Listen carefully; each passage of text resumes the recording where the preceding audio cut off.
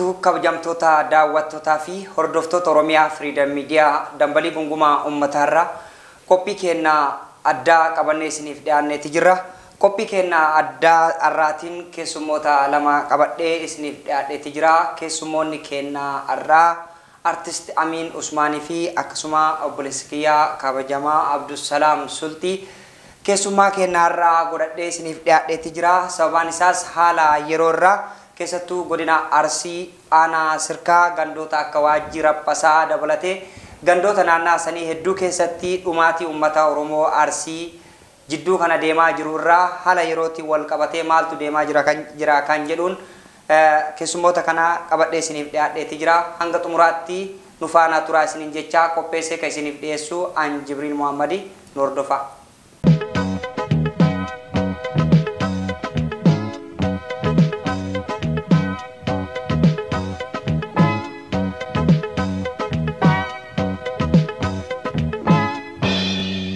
Egaa kabajamtoota daawwattoota kennaa durarratti keessummoonni kennaa Aminii fi Abdusalaam baga nagaan dhuftan. Galatooma isinillee baga na eedaniin jedha. Baga nagaan nu eedan. Ulfaadhu mee obboleessa kennaa Amin artistiidha. Artistiin uummata Oromootiif shoora guddaa kan ga'ee guddaa qaba. Akkasuma uummata Oromoo biratti kabajaa fi jaalala guddaa qabda. Qooda qabsoo Oromoo keessatti illee ga'ee guddaa taphattee jirta. Ummanni Oromoo afaanuma keetirraa akkasi baraniif Amin eenyu eessa dhalatee guddate kan jedhu ummata kennaa wal bari. Tole ani Amin Usmaniin jedhama. Dhaloonni godina Arsii aanaa Sirkaa ganda Waajjira Passaati. Tole itti aansuudhaan Abdusalaam hoo eenyu baga nagaan dhufte akkuma isin jedhee mee daawwattoota kennaa wal bari. Galatooma hunda dura dambalii gunguma ummata Oromiyaa Freedom Media ni keessummaa kabajaa gootanii istaadiyoomii keessatti nu affeeruu keessaniif hunda dura galatooma ulfaadhaa isin jechuun barbaada. Itti aansuudhaan Abdusalaam eenyu waan jedhu irraa isin kaa ani Abdusalaam Sultii Muhammadiin jedhama. Kan hin dhaladhee baha Oromiyaa godina Arsii aanaa Sirkaati. Achumatti dhaladhee achumatti guddadhee achumatti dhiisee biyyaa jechuu barbaade. Ulfaadhu galatoomi Abdusalaam okaan falmataa sabaati jechuun toora miidiyaa hawaasaa irratti ni beektu. Yeroo baay'ee rakkoolee uummata Oromoo akkasuma keessattuu rakkoo uummata Arsii Sirkaa baay'inaan deddeebi'ee miidiyaalee hawaasaa kanarratti nama sagalee ta'uudhaan beekamu. Qooda guddaas nama qabu odeeffannoo garaagaraa yeroodhaa gara yerootti nama nuuf dhiyeessaa turedha. Kanuma sababeeffachuudhaan dhalattoota naannaa sanii keessummoota godhannee ka dhiyeessine artisti Aminii fi Abdusalaam illee sababuma kanaani mee gama sagantaa kennaa har'aatti yoo dabarru mee itti aansuudhaan obboleessi kennaa artisti Amin illee biyyarraa as qaamaan istiidiyootti nu biratti argamu baatullee nu faana jira.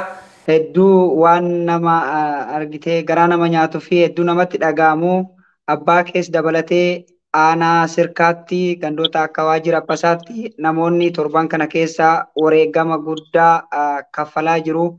Kun ajjeefamee, kun qeerraa buqqa'ee, kun immoo qabeenyi isaanii jalaa saamamaa jira.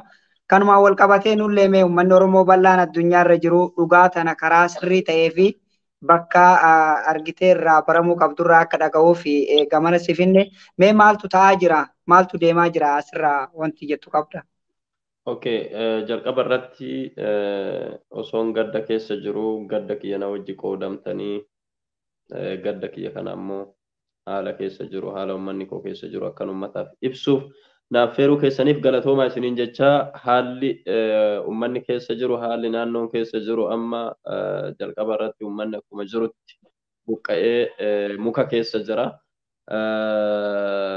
Haala biyya ormaa jira sila jettee yookiin ammoo biyyi kun biyya itti dhaladhee miti biyya kam keessa jira jettee aga of gaafattu takka haala ulfaatu keessa jira uummanni qeerraa buqqa'uu qofa osoo hin taane abboonni irraa wareegamanii qabeenyi isaanii manneen isaanii irraa gubatee kan manneen hin gubatin qabeenya isaanitti fayyadaman mana keessaa barbadeeffamee saniif osoo haallu tasgabbaa'ee uummanni kun gara manaa dacha'uun danda'amee waan itti dacha'u hin qabu. Uummanni walumaa galatti mana dacha'uu ofii isaatiif iyyuu akka gara biraas hin baqanne daangeffamanii bahaa fi dhiyaatti haala oollaa har'a bullaa jedhanii yaaddaan keessa jiru.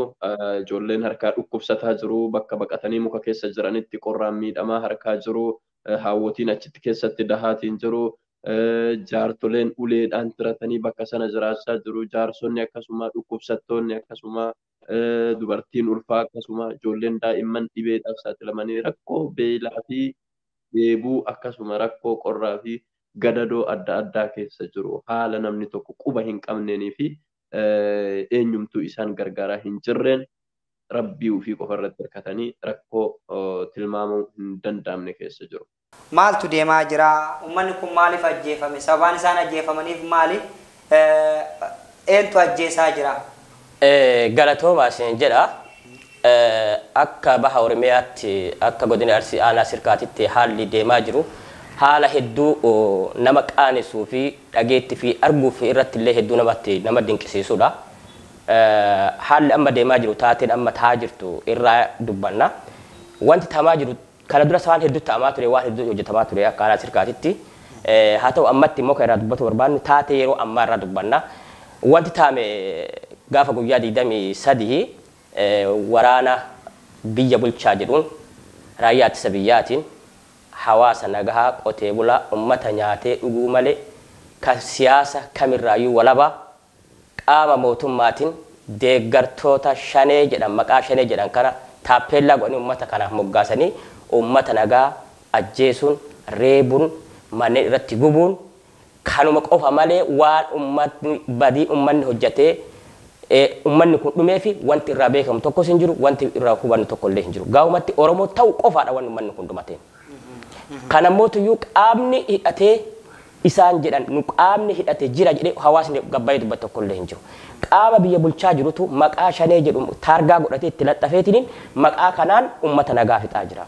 Ulfaadhu Amin kiyya mee akkuma odeeffannoo miidiyaa hawaasatis ta'ee karaa garaagaraatiin arginee dhagaa jirrutti abbaan kee nama sheekatti Sheek Usmaan Daawud namni jedhamu jaarsi biyyaa sheekni gandaa abbaan araaraa sababa tokko malee ajjeefamuu dhageenye mee isaan maaliif ajjeefamanii akkamitti ajjeefamanii eenyu ajjeese qaama kamtu ajjeese wanni asirraa dhugaan jirtu tami ummataaf himtu jira. Tole jalqaba irratti abbaa kiyya jechuun nama kun isaaniif hin malle ture nama rakkoo wahiitu yoo jiraate isaan qabatanii rakkoo san ittiin furan turanii nama ummanni jaalatu qofa osoo hin taane rakkoo ummata gidduu jiru nama araarsu nama wallole nama araarsu jaarsa naannoo turanii akka waliigalaatti waraanni kun gaafa dhufu gaafa hawaasni sodaadhaan hawaasni naannoo sanaa waraana takka argeen beeku sirna darbe keessallee haalli akkana mudatee hin beeku gaafa hawaasni baqatu ani jaarsa biyyaati ani jaarsa yoo guddate na hidhuu danda'u malee homaa nan godhanii kanaafuu akka manni keessan hin gubanne irraan isiniif kadha ani hin deemu jedhanii hawaasa baqate sanirra uf hambisaniitiin gartanii an homaa hin ta'u isaan kanaanatu jaarsaan irraa fudhachuu danda'anii akka manni hawaasa kanaa hin gubanne irraa kadha jedhanii hafanii namoonni isaanii wajjin hafan firoonni kiyyas lubbuun isaanii haala hin yaadamneen dabaan qe'eedhaa fuudhanii tumamanii rasaasaan iddoo nagayaatti baafamanii ajjeefamanii gataman osoo lola gamaaf gamanaa wal lolamu keessatti ajjeefamanii xiqqoo isii lola san keessatti du'an jedhama haga tokko baay'ee nama wantiin jedhu garuu fuudhamanii nagahan sababa tokko malee yookaan waan oromummaa isaanii qofaaf ajjeefamuu danda'u waan afaan oromoo qofa dubbataniif yookiin waan koofiyaa kaawwataniif yookiin amaamaa uffataniif ajjeefamuu danda'u akka waliigalaatti abbaan kiyya nama siyaasa kamuu hin beekne siyaasarraa bilisa ta'an nama nagayaa jaarsa biyyaa uummanni jaalatu nama rakkoo kamuu jaarsummaa fi jaalalaan furu nama dhimma siyaasaa keessaa harka qabaachuu miti waan siyaasaatu hin beekne nama hojjetee maatii ofii jiraachisuu fi jireenya ofii jiraatu sababa tokko malee badii tokko malee haalan eegamne lubbuun isaanii ajjeefamte.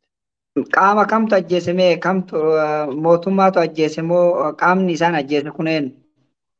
Ayyan qaamni isaan ajjeese waraana mootummaa raayyaa ittisa biyyaa ofiin jedhu raayyaa ittisa biyyaa jechuun biyyattii tokkootti biyya takkarraa balaa ittisa yookiin biyya san eega ummata san eega garuu isaan ummata san eeguu osoo hin taane ummata abbaa kiyya dabalatee firoottan abbaa kiyyaa shee awwal nama jedhamu ilma adaadaa kiyyaa akkasuma Ibrahim Haji Isa nama jedhamu ilma kaakayyuu kiyyaati akkasuma nama biraallee nama naannoo kiyyaa walitti qabee firoota kiyyaa wajjin abbaa kiyya rashanan kuni anaaf raayyaa ittisa biyyaattu kana godha jedhee hin eegne illee garuu mootuyyuu akka waliigalaatitti raayyaa ittisa biyyaattuyyuu badii tokko malee walitti qabee isaan rashan. Tole ulfaadhu galatoon akkuma ati kaastee waa'een uummata keenyaa uummata Oromoo Arsii baay'inaan yeroo asaanaa kana akka gaarittis dubbatamaa kan jiru karaa miidiyaatiinis uummanni keeyyataa jiru maqaa waraana bilisummaa Oromoo itti maxxansuudhaan uummata qabeenya isaanii saamuu bifa gibiraatiin bifa immoo taaksii garaagaraatiin gatii humnaa olii maqaa raayyaa ittisa biyyaa deeggaraa jedhuun hoolarraa horiirraa qotiyyoorraa saamuu bira dabree amma gara lubbuu isaanii baasutti qabeenya isaanii barbadeessutti ce'aa jira. Uummanni kun hariiroon inni waraana kanaa wajji qabu hin jiru. Uummata irraa ka dhageenyu kana rakkoon uummanni keessa jiru kun ulfaataadha baay'ee falan arganne.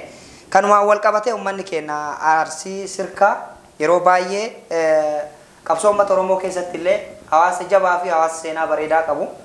Yeroo hadhaan akka malee qabsoon uummata Oromoo finiinte san keessatti namoota kumaatamaan bahee qabsoo Oromoo utubaa ture, qabsoo Oromoo faana dhaabbachaa ture. Guyyaa tokkotti namoonni 150 itti wareegamanidha.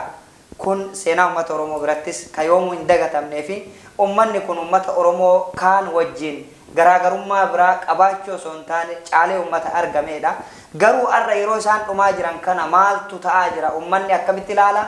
Oromoonni biraa akkamitti hubatanii addunyaan maal jechaa jirti dhumaatii uummata nagaa kaname? Uummanni baha Oromiyaa keessattuu godina Aanaa Sirkaa qabsoo Oromoo keessatti gumaachi inni qabu maali? Miidiyaan isa argee jira, dhagahee jira.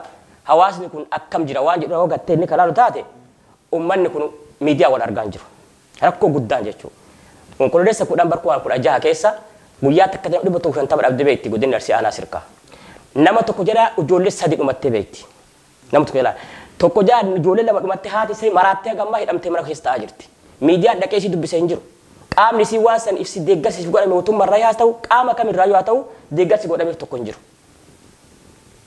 Isuma kanaan wal qabatee achirraa kaasee haga ammaatitti ajjeechaan haga har'aatti jiru kuni kanumarra qabatee dhufe har'allee taanaan akka Sirkaatitti osoo hin taane nageenyi Oromiyaa keessa jira hin jiru. Qaamni hidhate Oromiyaa guutuu keessa jira jedhamee haasawamaa jira akka qaama mootummaatitti. Garuu uummanni Sirkaa kuni taappeen nama dharaa kan itti laxxafanii jiraataa kamiyyuu haa ta'u bakka fedhaa jiraatu. Isin waraana adda bilisummaa Oromoo deeggartanii isin shaneedha qaama jedhu ajjeesan malee hawaasni gabbee takkaa qaamni hidhate nu keessa jira qaama hidhatu baa kana jira jedhee hawaasni gabbee dubbatee hin jiru. Hawaasni kan jira uffatus uffanni isaa uffatanii ittiin nu fixan kan qaama mootummaati. Meeshaan isaa hidhatanii ittiin deeman kan qaama mootummaati. Afaan isaa dubbatan afaan qaama mootummaati. Kanaan dhufanii nu fixan malee kan nu ajjeesanii kana malee waraana adda bilisummaa Oromoo takkaa dhukaasuu rabbanii mana keenya gubee qabeenya keenya saamee takkaa argine beenu jedhamu hawaasni. Kun ragaa qabatamaa jiru kan kijiba takka hin qabne. Kan immoo qaama keenyan bilbillee kallattii kamiiyyuu ragaa qabatamaa akka qabnu akka nama achi dhalateetitti jechuudha. Kuni soba olola dharaati qaamni hidhate tokko illee achi keessa hin jiru kan uummata fixaa jiru warra mootummaati. Raayyaa ittisa biyyaa kan biyya hoggannaa biyya bulchinaa jedhee deemutu iyyuu hawaasa nagaa ajjeesaa. Kanaafuu rakkoon uummataa fi mootummaa jidduu jira malee qaamni biraa kan mootummaa wajjin walitti bu'ee jidduu kanatti immoo mootummaan sababa kanaan hawaasa nagaa ajjeeseef akka hin jiraanne uummanni Oromoo immoo uummanni kun uummata siyaasa hundarraa bilisa ta'e uummata nagaan jiraatee qotee bulaa siyaasa kamuu keessattuu qooda tokko hin qabaannetu ajjeefamaa jiraachuu addunyaan hundi akka bartuuf uummata kanaaf sagalee ta'uudhaaf gama kanaan Abdusalaamis dhiyaatee ergaa isaa dabarfataa jira. Uummanni Oromoo bal'aan addunyaarra jirtan uummata miskiina kanaaf akka sagalee taatanii akka qaamni barbaachisu qaamni dhimmi ilaallatu kamuu uummata kana dhaqqabu. Ammallee uummanni dhumaa jira. Waan si ajaa'ibu. Ammallee qabeenyi saamamaa jira. Manni gubataa jira. Ka baqatee bosona jiru sun immoo eessa akka gahe jiraannaa osoo hin taane har'a oollee bullaa maan nyaadhee dhugaa akkamii qorra keessa jira rooba keessa jiraan itti hafee lubbuu kiyyaa oollee bulaa sadarkaa jedhu keessa jira. Deetaa jibri waan garaa si nyaatu tokko maanni qaamni tokko qaamni mootummaa tokko qaama hidhate tokkotu jira gaafa jiru gaafa bakka san deemu qaama hidhate san barbaada dhaqa malee hawaasa nagaa ajjeesuu hin dhaqu. Hawaasa nagaa kana nagaa isa eeguudha qaamni mootummaa kun gaafa bakka san dhaqu. Moo hawaasa nagaa kana ajjeesuu qaba bakka san dhaqa. Kanas adda baafnee beekuun barbaachisaadha. Qaamni hidhate sun jiraataana qaama san ajjeesuu danda'uudha qaba qaamni mootummaa kun. Ummata nagaa ummata mana isaa keessa taa'aa jiru. Ummata meeshaa takka harkatti hin argine. Kan waan takka harkaan qabne. Kan midhaan fi oorruu fi keessa dhaabatee oorruu keessaa gabbaa oorruu keessaa gabbaasanii rashanuu. Maaltu fiduu danda'e? Kuni qaama mootummaati. Dhimmi mootummaan achi dhaqee hawaasa kana darraa jiruuf hanga ammaatti hawaasa achi keessa jiru illee ifaa miti. Miidiyaa addunyaa kanaaf illee ifaa miti. Kuni qaama mootummaa dhimma Oromoo ta'uu qofa irratti xiyyeeffatee ajjeecha, reebicha, hidhaa, saamicha kan geessaru qaama mootummaati malee qaama hidhate uummanni gabbahee qaama hidhate tokkoyyuu hin agarre. Warra mootummaa bira dhaabbatanii barnu qaama hidhate wayiitu agarree qaamni ajjeesanu isinii jedhanii jira bara. Isintu ajjeesaa jira jedhanii jira bara. Maanu ajjeestanii jedhanii jira bara. Miidiyaa kana dabarsuu dhabe miidiyaa kana arguu dhabe dhabe malee qaamni hawaasni warri biyyaa warri uummanni du'aa jiru kun nun ajjeesidaa jedhanii jira. Nu qaama hidhate hin agarre. Qaama hidhate hin beeknu. Nu eeguu dhuftan taanan nu eegaa nun ajjeesinaa jedhanii jira. Artist Amin illee beenu faana jira. Bee amma lolli achitti deemaa jiru kun qaama lamaatu wal lolaa jira moo hawaasaa fi mootummaatu wal lola moo akkuma miidiyaa hawaasaatii fi odeeffannoo garaagaraa dhageenyu waraana bilisummaa Oromootii fi mootummaatu akka walitti bu'u mootummaan gara hawaasaatti hirkisaa hawaasni immoo gara mootummaatti qaba. Maaltu deemaa jira? Qaama kamtu wal lolaa jira? Ka'umsi waan kanaa maalime? Tarii osoo hawaasaa fi mootummaa wal lolanii lola hawaasaa fi mootummaa gidduutti ta'e jedhameetiin ajjeefamuu danda'anii osoo lolli dhaabbataan amma achirra jiraatee waraana mootummaa fi waraana qaama biraa hidhatee jiru gidduutti lolli ta'aa jiru jiraatee achi gidduu wareega yookiin ajjeefamanii haala saniin ajjeefaman jedhama. Kuni haala sababaa kamiyyuu jala qabuu hin dandeenyeen lafa nagayaatti harkaa manaa fuudhanii lafa nagayaatti ajjeesanii biraa deeman. Lolli tokko tarii waraana bilisummaa Oromootu gidduu sanniin akkuma waliigalaatti socho'anii isaanii wal lolanii jiranii taateen kun gidduu lolaa sanatti osoo hin taane lolaan alatti bakka nagahaatti kan ajjeefamanidha. Tarii aarii sanii itti bahuu yookiin ammoo maal akka ta'e anaaf hin galle akka waliigalaatti ammatti lolli ta'aa jiru hin jiru. Lolli sa'aatii muraasa yookiin guyyaa takkaaf kan turedha. Isaan garuu olii gaddeemanii nama argan akka bineensaatti adamsanii ajjeesaa manneen gubaa uummata buqqisaa kan jiranidha. Bakka buqqaanitti illee uummanni bakka buqqa'eeyyuu baqataa akka bineensaatti muka keessa dheessaa jiraataa jira bakka kanatti. Mee amma namoonni ajjeefaman baay'inni isaanii amma torbaniif caalee jira. Dhugaa wanti kun ka'e baay'inni isaanii hagami namoonni ajjeefamanii hanga ammaa ta'aa jiran. Amma namoonni ajjeefamanii akka ragaa harkaa qabnutti namoonni 8 reeffi isaanii kan argame. Namoota 8 kana keessaa namoota muraasa maqaa sii kaasuu hin danda'a. Tokkoffaa namni Sheek Awwal Muhammad jedhamu nama barnoota diinii Islaamaa uummata isaa barsiisu ijoollee isaanii barsiisu nama siyaasa kamirraayyuu bilisaati. Lammaffaa Ibrahim Haji Isaa nama jedhamu nama qotee bulaa jireenya isaa maatii isaa wajjin jiraataa jiru. Inni biraa waan garas nyaatu jaarsa biyyaa hayyuu biyyaa jedhamee nama hedduu hawaasa birattis jaalalaa fi kabaja guddaa qabu. Uummanni kun ija akka jaate laalu nama Daawud Usmaan Daawud nama jedhamu ajjeesanii reeffi isaa gaafa guyyaa 5 argame kan inni ajjeefame kan inni wareegame gaafa guyyaa 23 kan argame ummatu gaafa guyyaa 28 ti. Namni kun guyyaa 5 booda reeffi isaa kan hura keessaa yookaan immoo argame jechuudha. Isaan qofaa miti namoota dhabaman jiru. Kaa gammaatu iyyuu du'e moo jiraa sana hawaasni hin beekne bakki inni jiru kan beekne hin jiraa hin du'e isaa kan beekne. Gama biraatiin hawaasni kun manni hawaasa kanaa mana 31 gubate waajjira Phasaarraa kaasee hanga Biduu Baalaatti gandoota maayibaasa xareetaa jalatti argaman guddina aanaa sirkaa keessaa'uu maayibaasa xareetaa jalatti argaman Biduu Baalaa Gallabee Amajaa Gallabee Hulul dabalatee hanga Soojjii Saadetti sigara Biduu Baalaa kan hunda isaa qabatee hanga ammaatitti haalli nageenya ulfaataa fi yaaddoo hamaa keessa jira hawaasa keessaa'uu waajjira Phasaatti Biduu Baalaa fudhatte mana 31 gubate mana 31 lubbuun namaa kaba'e nama 8 kan isaa kana kan baasaa jiru kan mana gubaa jiru qaama mootummaati kan nama ajjeesus qaama mootummaati qabeenya saamaa jiru horii qaluu re'ee fudhachuun horii kaan kun hundi isaa kan godhaa jiru qaama mootummaati. Mootummaan tokko qaama waa balleessuu dhaqu moo qaama seera eegsisuu dhaqu jennee waan wal gaafannu qabna kan atillee kan argaa jirtu. Waan badee jiru. Kuni kanaan jira ummanni kuni haala inni keessa jiru haala hedduu ulfaataa fi hedduu yaaddisaa keessa jira. Gama biraatiin baqatee waan nyaatu hin qabu. Waan uffatu hin qabu uffanni isaa mana keessa gubatee jira. Waan nyaatu hin qabu nyaanni isaa kan inni waggatti argatu guutuun gabbahee kun gannaqamee kun gubatee jira. Amma baqatee ummanni raasaa jira.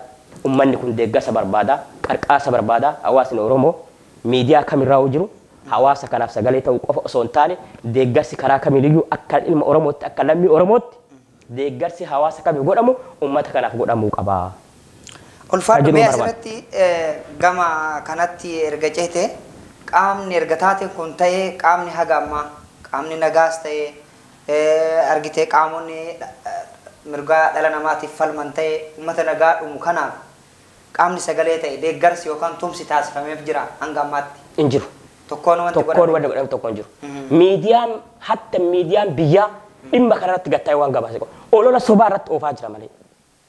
Olola kijibaa miidiyaan adda addaa maqaa amantaatiin qabsiisee lola amantaatu deemaa jira jedhee olola kijibaa irratti oofuu malee qaamni kun miidhamee jira eebbisamee dhedhee qaamni miidiyaan dhaqee qaama achi dhaqee uummata kana hubate hin jiru. Lolli amantaadhaan ka'ee jira yookaan kun kiristaana kun islaama jedhamee battala sanitti raawwatame jira. Hin jiru hin agarre lola amantaadhaan achitti ka'ee hin agarre. Tarii namoonni duraan ajjeefaman namoonni jalqaba ajjeefaman bulchitoota aanaa irra dabalatee hamman beekutti Ukaashaa Jamaal nama jedhamu akkasuma Caaccoo namoonni akkuma jiranitti warri gaafa sana ajjeefamanii warra amantaa muslimaati achi as kan biraas ajjeefamuu danda'anii kuni dhimmi amantaa tokko wanti achi akka hin jiru tarii wanti amma ta'aa jiru amantaadha sila nama jechisiisa sababni isaa nama koofiyaa kaatu yookiin ammoo tuyyuu nama afaan Oromoo dubbatu wal bira qabanii ilaalanii haala saniin lubbuu ummata nagaa baasaa kan jiranidha. Lolli amantaa tokkoyyuu achirra hin jiru waan kana akka godhaa jiru qaama mootummaa qofa. Hawaasni waliif nagaa. Ulfaadhu waa'ee miidiyaa erga kaaste miidiyoota Habashaa hedduu ka argaa jirru erga taateen kun ka'e keessumattuyyuu amantaadhaan wal qabsiisuun namoonni hordoftoota amantaa kiristaanaa ta'anii naannoo sanitti akka amantaan jibbamanii dhiibamanii ajjeefamanitti reeffuma hawaasa nagayaa ummata miskiinaa haqa isaa dhabee wareegamee kana fudhatanii deebi'anii reeffa sanillee itti dalaguudhaaf nama kennan nurraa dhume jechaa jiru. Miidiyoonni Amaaraa hedduun akka Faataa Deelii miidiyoota hedduu irratti argaa jirra. Taatee kanaafu hagam quba qaba ummanni miidiyoonni Oromoo hoo hagamtu quba qaba waan kanarraa hagam falmataa jiranii dhugaa jiru hagam gabbaasaa jiranii ummanni kun lama maaliif du'a waan kanarratti wanna jettu qabdaa. Haala sirkaas keessatti tasuma lola amantaatu deemallee hin beeku. Qabsoo Oromoo keessatti lola amantaati wanna jedhamu tokko illee hin jiru. Lolli amantaa waan jedhamu jechi keessa hin jiru. Nu akka sirkaatitti jireenyi isaanii amantaa kamii kabajee amantaa walii kabajee uummata waliin jiraataa jirudha. Uummata amantaa kamiifuu kabajee waliin jiraataa jiru malee uummata dhiibbaa amantaatti wal ajjeesee wal fixee jedhetu seenaa keessatti illee hin jiru dhageenye illee soba olola sobaatti kan irra kaa'ame kun jechuudha. Kun miidiyaan kana dubbatuudhi diina uummata Oromooti malee mushkas kan akka sirkaa osoo hin taane guutuu diina uummata Oromooti malee miidiyaa bilisaa miidiyaa walabaa miidiyaa dhugaa dubbatu dhugaa dhaabbate dubbatudha miti. Kuni siyaasuma yookaan immoo isaan ittiin uummata keenya ittiin cabsan hamilee uummata keenya ittiin dhayan kana qindeeffatanii miidiyaan kana dabarsa malee waan akkas jedhamu hin jiru. Inumaa walumaa galatti hoosii akka waajjira qasaatti yoo fudhattaate gama amantaatu osoo waan deemtaate waa'ee maal amantaan maanni kiristaanaatiif islaama jedhamu achi keessa hin jiru sittiin maan jala sararee. Mee haga lolli ka'ee qabeenyi hedduun gubatee ummanni baqatee jiru kana haalli amma jiru maal fakkaata hawaasni guutumaan guututti baqatee jira moo qaamni achitti hafe hoo maalirra jira amma yeroo ammaa kanatti maaltu deemaa jira? Yeroo ammaa kanatti ummanni akkuma duratti si kaasuudhaaf yaale buqqa'ee qe'etti hin deebinee qe'etti osoo hin deebi'ee hedduu isaanii manneen jala gubatanii jiru. Yoo xiqqaate manneen 31 ol barbadaa'anii jiru ganda waajjira Abbasaatii fi Biduu Baalaa yookiin ganda Baalaa jedhamu keessa. Akkuma waliigalaatti hawaasni kan manneen isaaniillee hin gubatin qe'een isaanii wanti saamamuun danda'amu saamamee wanti baduu hin danda'amu ooyitee distii wanta meeshaa mana keessaa huccuu uffatan osoo nafne wanti uummanni itti fayyadamu tajaajilaan ala godhanii kan caccabsanii kan cicciranii tajaajilaan ala godhanii waan jiraniif hawaasni nama arganis waan ajjeesaniif sodaa nageenyaatiif mana deebi'uu miti bakka baqate sanittuyyuu halkan tokko rafaa tokko walirraa eegaa akka nama gartee waraana biyya tokko biyya biraa weeraraa jirutti irriba malee xiinsammuun isaanii miidhamee bakka sanittuu nagahan jiran dhimmi nyaataa dhimmi beelaa isaan yaachisaan jiru har'a oollaa bullaa galgallana dabarraa jedhaa bakka sanitti rakkataa rakkoo tilmaamuun hin danda'amne keessa jirani namni tokko quba isaanii hin qabu miidiyaa waa'ee isaanii dubbataa jiru hin jiru namni waan isaanii dubbataa jiru hin jiru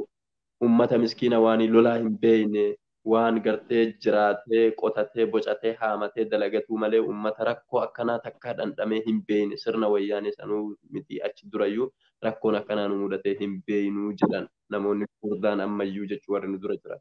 Kanaaf rakkoo hin tilmaamamne keessa jira uummanni eenyutti himanna jedhee nama itti himannu dhabee nama itti himatu dhabee yaa rabbi jedhee rabbi ofiitti hirkatee uummata imimmaan boohaa oolchi nu bulti jedhaa jirudha ammatti rakkoo tilmaamuun hin danda'amne keessa jira uummanni kun ammatti. Mee gama miidiyoota Oromootiin hoo miidiyoonni haga ammaa dhimma kana jala bu'anii hordofaa jiran jiru ergataatiin kun gale yoo jiraatan hoo maalirraa gabaasaa jiru evidensiin isaan qabatanii achi asiin bayan ragaan isaan qaamni isaan dubbisan jira. Miidiyaa tokko kan kana qaama kana gadi dubbisaa jiru hin agarre. Hin agarre miidiyaan Oromoo kasilaa Oromiyaa keessa jiru miidiyaan kamatu beektu kana hagam akka dhugaa dubbataa jiru wanti inni gabaasaa jiru yoo waa'ee midhaanii waa'ee hidhaa namaa waa'ee nama hattuu fi jinni gabaase malee waa'ee nageenya irratti hagam akka hojjetaa jiru hin beekna. Taateen kun sirka qofaa miti kan ta'a ture Wallagga keessatti ta'amaa ture as Walloo irratti ta'amaa ture.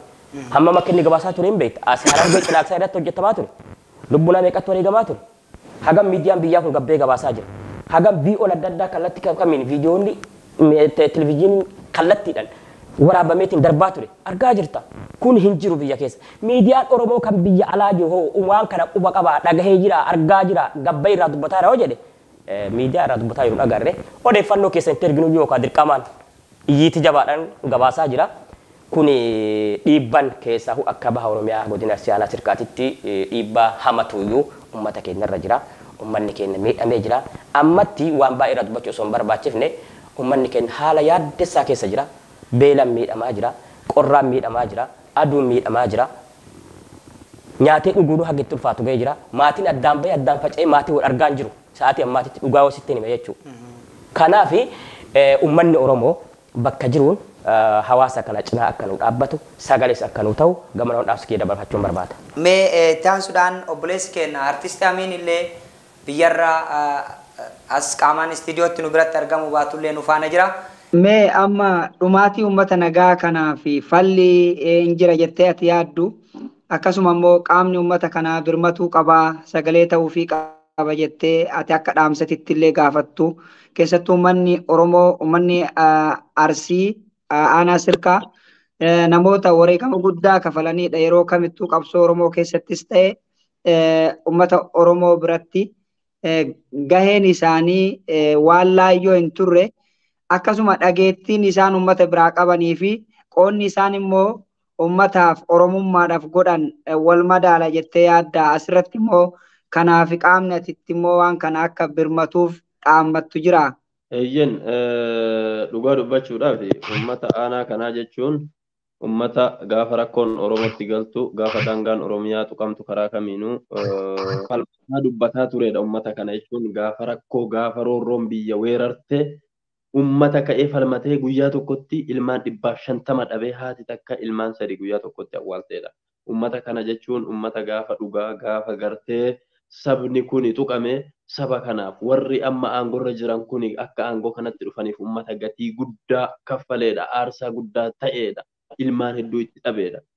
Kanaaf uummanni kuni qaaraa mootummaatiin cunqurfamoo osoo hin taane kiifamuun osoo irra jiraatu tiifamuun osoo irra jiraatu gaafa qaama mootummaadha biyya bulchaa sanuu Oromoodha ofiin jedhuun gaafa akkasi dhumu dhagahuunuyyuu qaaniidha. Kanaaf wanti ani jechuu barbaadu yoo jiraate qaamota mootummaa aangorra jiraniin hadaraa rabbii hadaraa uummata kana yeroon hin darbaa barri hin darbaa aangoon keessanis hin darbaa isinuu hin dabartani gartee kanaaf ummata kana gartee seenaan hin darbu ummata kana ummata miskiina waan siyaasaa waan jireenya isaa malee waan kamiyyuu hin beekne kana hin dararina qaama gartee isinitti qawwee dhukaasu qawwee itti dhukaasuu dandeessu qaama isinin lole loluu ni dandeessu qaama isinin morme mormuu ni dandeessu ummata nagahaa dalagatee ilmaan ofii gartee hojjetee jiraachifatu hin ajjeesina hin cubbifamtan guyyaan kun hin darbaa jechuu ni barbaada. Miidiyaaleedhaa fi namoota gartee aktivistoota yookiin ilmaan Oromoo idil addunyaarra jiraniif wanti nan dhaamu yoo jiraate ummata kanaaf ummata cunqurfamaa sagalee dhabe kanaaf sagalee ta'aa fi Oromoon kamuu tokkuma osoo gartee Arsii jechuun Wallagga jechuun Arsiidha. Harar jechuun Walloo jechuun Hararii. Akkuma afaaniin akkas jennu san gochaan maaf hin agarsiifne gaafa bakka biraatii waan xiqqoon ta'an ooyitteen cabde 90 iyyinee 90 lolla gaafa ammootu karaa kanaa keessattuu karaa kutaa Arsii kanaa wanti gurguddaan hin eegamne kun shayni ajjeefamu jaarsi biyyaa ajjeefamu namni tokko bakka biraatii osoo waa ta'e ajandaa sooshaal miidiyaan kun ka godhatu achi namoonni akeeka biyyaatii fi jaarsi biyyaa rashanamanii namni tokko aktivistoonni gurguddoon namni tokko irraa hin dubbanne miidiyaa OMN fi namoota muraasa yoo ta'e malee miidiyaa qubaan lakkaa'ama yoo ta'e malee kanaaf waluma qixa Oromoon akkuma afaaniin jennu san jechaan osoo hin taane gochaan haa argisiifnu jaalannee osoo hin taane dirqamnee sagalee uummata kanaa haa taanu paartii kamirraayyuu bilisa taane dhaaba kamirraayyuu bilisa an akka jette amma dhaabaa fi paartii kamirraayyuu nama bilisaati garuu immoo dhugaa uummataa bakka dabe dubbatudha ani uummata waanan ta'eef kanaaf mee akkas haa taanu miidiyaaleen Oromoo ummanni kun iyyee boohee isinitti himatuun hafee isin barbaaddanii maal rakkattan jettanii maaliif dhugaa ummata kanaa hin gabaabne akkastu isinirra ture sila maqaa ummata kanaatiin dhaabattanii maqaa ummata kanaatiin hojjataa sagalee ummata kanaa dhagahuu dhabuun yookiin garee tokko gara tokko gabaasaa gara tokko callisuun isin qaanfachiisuu qabaa jechuu ni barbaada. Ulfaadhu amiin kiyya hedduu galatoomii osoo gaddaa ulfaataa kana keessa jirtu maatii hedduu of biraa dhabdee akkasuma abbaa kee kasi guddisee asiin si ga'ee of biraa dhabdee haala uummanni keenya keessa jiru dhugaa naannoo san jiru rakkoo qe'ee san jiru karaa Oromiyaa Firiidam Miidiyaatiin dhaamsa keetii fi yaada kee kennuu keetiif maqaa kiyyaa fi maqaa daawwattoota Oromiyaa Firiidam Miidiyaatiin galatoomisiin jedha. Xumura irratti wanni naafee in dhaamadha jettoo jiraate carraasii kennee gamanumaan adda baana. Tole galatoomaa wanti na hafe jedhu jiraatu yoo baateeyyuu irruma deebi'ee wanti ani dhaammachuu barbaadu. Wanti ani dhaammachuu barbaadu ummanni hin darbu hin hafa ummata jechuun dhumatus waan gartanii ajjeefamus buqqaafamus waan dhumatu miti. Kanaaf qaamonni mootummaa wanti biraa haa ta'uuti namummaan isinitti haa dhagahamu. Wanti biraa haa ta'uuti sabummaa walii qabnu biyyi walii qabnu maqaa walii qabnu haa ta'uuti gartanii dhiigni walii qabnu haa ta'uuti namummaan isinitti haa dhagahamu. Namni namummaa qofaaf wanti akkanaa akka raawwatu hin hayyamu. Namummaan isinitti haa dhagahamu. Ummata miskiina kana ummata kana buqqisuu miti rashanuu miti ajjeesuu miti ummata kana duraayyuu bakki isaan jiraatan haalli isaan jiraatan gartee haala mootummaan sila akkamii jirtan mee jedhee maal rakkattan maal isiniif ta'u ifaan isinii haa galu yookiin ammootu wantoota misoomaaf isin barbaachisan qabdanii jedhee gaafatee osoo misoomsuu qabu ummata kana faallaasanii haala kanaan gadadoo keessa galchanii jiruuf jireenya isaa dhoorkuu ummata namni hin agarre rabbiin malee ummata kanarraa akka inni hin ta'u lakka ummata kanaaf wabii ta'aa abdii ta'aa ummata kanarraa ta'aa jechuun ni barbaada irruma taa'ee irruma deebi'ee naaf galatooma. Oromiyaa Firiidam Neetworkiidhaan hedduu galatoomaadhaa sagalee bakka an jiru gadda kiyya narraa qoodattanii gaddaan keessa jiru narraa qoodachuu qofa osoo hin taane akkan ummata kiyya bira rakkoo kiyyaa fi rakkoo hawaasa kiyyaa geessu na barbaaddanii na affeeruu keessanii dhugamatti hedduu galatoomaadhaa. Miidiyaaleen biraas fakkeenya isinirraa akka fudhatan abdiin qabaa. Isin ammootuyyuu jiddu galeessaan sagalee ummataa ta'aati. Sagalee ummataa isa afaanii isa maqaa isa moggaasa qofaa sana osoo hin taane isa dhugaa san taatanii akka argamtan abdiin isinirraa qabaa. itti fufaa galatoomaa isiniin jechuu barbaada. Tole ulfaadhu galatoometillee amiin kiyyaa nagaa naa ture ulfaadhu. Ulfaadhaa galatooma tole. Galatoomi wanti dubbachuu barbaadu hin jiru amma haasaa baay'ee dubbannee jirra. Waan silaa ta'u hawaasa keenya biraan geenye jira. Dhaamsi nu qabnu guddaan inni ijoon isa kanuma. Miidiyaan Oromoo kan jiru miidiyaa jechuun miidiyaan wanta kamirraayyuu bilisa. Miidiyaan dhugaa gabaasuudha, dhugaa hojjechuudha. Kanaaf miidiyaan jiru dhugaa hawaasa kanaa kan awwaalle. Dhugaa uummata kanaa kan awwaalle ifa baasee dhugaa uummata kanaa akka nu dubbatu akka uummata Oromooti dhugaa hawaasaa kan akka baasee dubbatu dhaamsa dabarsuun barbaada. Miidiyaa hedduutu jira. Miidiyaa baay'ee qabna. Miidiyaa baay'ateedha miti. Miidiyaan baay'atu qofa osoo hin taane hojiidha yoo baay'ate irra gaariidha. Hojii amansiisaa irratti hojjete baay'ee gaariidha.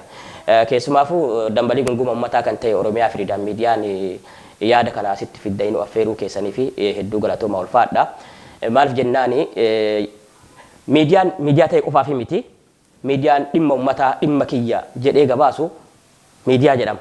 Miidiyaan miidiyaa dhuunfati miti. Miidiyaan miidiyaa hawaasaati waan taateef jechuudha. Rakkoo hawaasaa duuka bu'ee kan qoratee kan baasudha malee akkuma dhuunfatti akkuma gandaatti akka naannootti yoo kadeemu taate miidiyaa jedhamuu hin danda'amu waan taateef kanaaf miidiyaan dhaamsa kana walirraa fuudhee akka uummata biraan nu gahu gamanumaan dhaamsa koo dabarfachuun barbaada. Ulfaadhu galatoomii Abdusalaam asitti dhiyaattee gaafiif deebii kana uummata kee kaarraa wareegamee dhumaa jiru maatii keetiif sagalee ta'uudhaaf galata sin barbaachisu jabaadhu waan hagammaa godhaa jirtutti karaalee kamiinuu hedduu akka nama tokkottis ta'e akka miidiyaatti nuufis taateen kun yeroo ta'e irraa battalatti odeeffannoo garaagaraa nu gaa turte irra deddeebinee bifa oduutiinis ta'e bifa garaagaraatiin gabaasaa turuu keenya ni yaadatama. Haa ta'u ammallee gahaa miti jechuudhaan qaama dhimmi kun ilaallatu keessattuu aartistii Amiiniin dubbisnee isallee akka dhiyaatee asirratti waan kana qooda isaa baatu affeerteetii jirta. Ulfaadhu galatoomii Abdusalaam yaada bal'aa kaafteertaa. Uummanni namni tokko uummata isaatiif hin hojjedhe yoo jedhe gamaa gamana mil'atee hanqina saba isaa san guutuudhaaf namni sabaaf hojjetu rakkoo saba sanii hir'uu saba sanii barbaadetiin bakka isaan cufuudhaaf waa eegala. Dhugaa dubbachuuf Oromiyaa Firiidam miidiyaan hundeeffama isaarraa kaasee uummanni keenya gama miidiyaatiin hanqina akkamii qaba?